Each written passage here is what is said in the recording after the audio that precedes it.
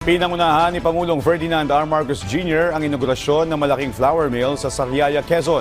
Ayon sa Pangulo, makakatulong ito para makamit ang food security sa bansa. Ang detalye sa Balitang Pambansa ni Kenneth Pasyente ng PTV Manila. 1, 2, 3!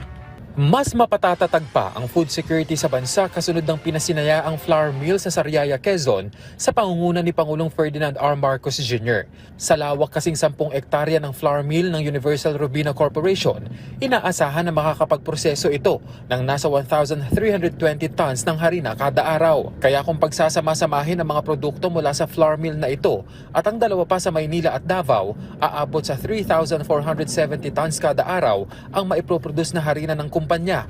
Katumbas yan ang nasa 104,000 na bag. Bagay na ayon sa Pangulo, makatutugon sa malaking demand ng bansa. Kasabay ang pagpapayabong ng ekonomiya lalo't makabubuo ito ng job opportunities sa rehiyon. In a time when every grain counts, this establishment will aid in ensuring that our people have the resources they need to nourish themselves and the future of our nation.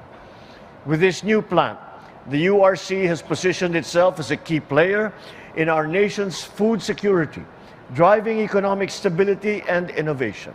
Ipinunto rin ng Pangulo ang ambag ng pasilidad na ito sa layunin ng pamahalaan para sa matatag at sustainable na flour production sa bansa. Muli rin niyang kinilala ang ambag ng pribadong sektor bilang katuwang ng pamahalaan sa pagtupad sa mga adhikain nito, lalo na ang seguridad sa pagkain. At tiniyak na patuloy na susuporta ang pamahalaan, lalo na sa mga local manufacturer at producer.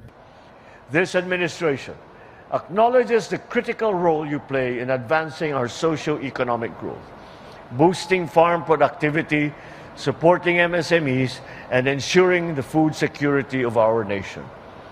We will continue to create a supportive environment for our partners in the private sector through laws and agreements that promote the interest of both manufacturers and consumers alike.